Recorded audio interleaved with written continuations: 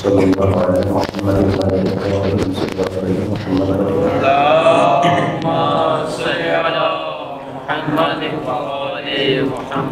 أما بعد فقد قال الله سبحانه وتعالى في كتابه المجيد بسم الله الرحمن الرحيم وإن لكم في الأنعام لعبرة ونسقيكم مما في بطونها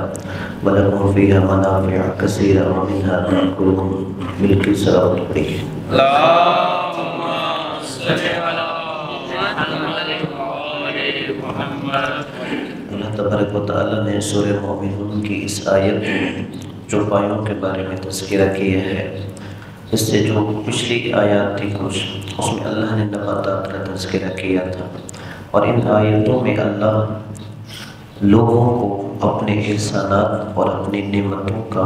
تذکرہ کے ذریعے یاد دہانی کروا رہا ہے۔ اور اس میں اللہ نے کہا وَإِنَّ لَكُمْ فِي الْأَنْعَامِ لَعِبْرَةً کہ تمہارے لیے ان چوپایوں کے اندر بھی سبق ہے، یعنی جو اللہ نے یہ حیوانات بنائے ہیں اس میں بھی تمہارے لیے نشانیاں ہیں۔ اللہ نے کہا وَنُسْقِيكُم مِّمَّا فِي بُطُونِهَا کہ ہم تمہیں سیراب کرتے ہیں جو کچھ ان کی پیٹ کے ذریعے آتا ہے تم غذا کے طور پر، یعنی اس میں اللہ نے کہا کہ تم ان سے دودھ حاصل کرتے ہو۔ اور اس میں اللہ نے کیا نشانی کے طور پہ بیان کی، در حقیقت کافر ایک بات پر اعتراض کرتے تھے کہ جب انسان مر جائے گا اور مرنے کے بعد قبر میں اسے دفنا دیا جاتا ہے اور پھر انسان کے یہی جسم جو ہے وہ مٹی کے ساتھ مٹی مل جاتا ہے اور پھر اسی کو کوئی اور جانور کھا لیتا ہے، وہ کتنے اور اجزاء میں تقسیم ہوتا ہے، کئی اور چیزوں کے جسم کا حصہ بن جاتا ہے۔ تو یہ کیسے ممکن ہے کہ ان بکھرے ہوئے اجزاء کو اللہ قیامت کے دن پھر ملا کے پیدا کر دے گا؟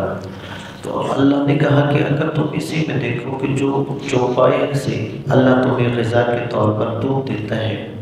وہ کیسے اللہ اس کے جسم میں دودھ کی شکل میں پیدا کرتا ہے، یعنی جو وہ غذا کھاتا ہے وہ معدے میں جاتی ہے، پھر وہیں سے وہ خون بنتا ہے اور پھر اللہ اس میں سے بھی خون کو الگ کر دیتا ہے اور دودھ کی صورت میں الگ کر دیتا ہے۔ یعنی جو اللہ ایک چوپائی کے اندر، ایک جانور کے اندر اس طرح مختلف اجزاء کو الگ الگ کرنے پر قادر ہے، تو کیا اللہ تبارک و تعالیٰ اس بات پر قادر نہیں ہے کہ تمہارے مرنے کے بعد بکھرے ہوئے اجزاء کو پھر دوبارہ زندہ کر سکے؟ تو اس میں جو خاص طور پہ یعنی عبرت اور نشانی ہے وہ یہی کہ جو لوگ قیامت کے دن پر ایمان نہیں رکھتے، انسان کے قبروں پر اٹھائے جانے سے دوبارہ ایمان نہیں رکھتے۔ دیکھیے جتنے بھی آسمانی مذہب ہیں جنہیں ہم اہل کتاب کہتے ہیں وہ سب قیامت کے دن پر ایمان رکھتے ہیں، لیکن جو غیر آسمانی مذاہب ہیں جیسے ہندو ہو گئے، سکھ ہو گئے، وہ قیامت کے دن پر ایمان نہیں رکھتے۔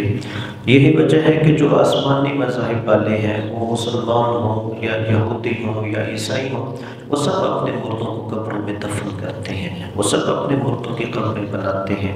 اس لیے کہ ان کا ایمان ہے کہ انہیں دوبارہ زندہ کیا جائے گا۔ تو وہی اللہ نے کہا کہ تمہارے لیے ان چوپایوں کے اندر بھی عبرت اور سبق ہے کہ اگر تم اس سے بھی سیکھنا چاہو کہ ان کے پیٹ کے ذریعے ہم تمہیں دودھ کے ذریعے سیراب کرتے ہیں، وَلَكُمْ فِيهَا مَنَافِعُ كَثِيرَةٌ اور اللہ نے کہا ان چوپایوں کے اندر اور بھی تمہارے لیے فائدہ ہے۔ یعنی اور کیسے انسان فائدہ اٹھاتا ہے؟ یہاں تک کہ اس کے چمڑے کے ذریعے مختلف چیزیں بنائی جاتی ہیں، یہاں تک کہ اس کی اون سے، اس کی کھال کے اوپر بال سے مختلف لباس تیار کیے جاتے ہیں، یہاں تک کہ اس کی ہڈیوں کے ذریعے مختلف اشیاء بنائی جاتی ہیں، اور یہاں تک کہ دواؤں میں ان جانوروں کے مختلف اجزاء استعمال کیے جاتے ہیں۔ اور آج بھی اگر یہاں تک کہ اس کا گوبر بھی کھاد وغیرہ کے لیے فصلوں میں استعمال کیا جاتا ہے، اللہ نے وہ ایک ہی جملے میں کہا وَلَكُمْ فِيهَا مَنَافِعُ كَثِيرَةٌ کہ اس کے اور بہت زیادہ تم انسانوں کے لیے فائدے ہیں، وَمِنْهَا تَأْكُلُونَ اور ان چوپایوں میں سے ہی اس چوپایوں کو تم گوشت بھی ان کا استعمال کرتے ہو، یعنی انہیں کھاتے ہو، یعنی کچھ چوپائی ایسے ہیں کہ جن کا گوشت کھانا بھی تمہارے لیے حلال ہوتا ہے۔ تو ہے کہ اللہ تبارک و تعالیٰ ہمیں قرآن کے احکامات پر عمل کرنے کی توفیق عطا فرمائے۔ اس حوالے سے یا کوئی اور آپ کا سوال ہو تو آپ پوچھ سکتے ہیں۔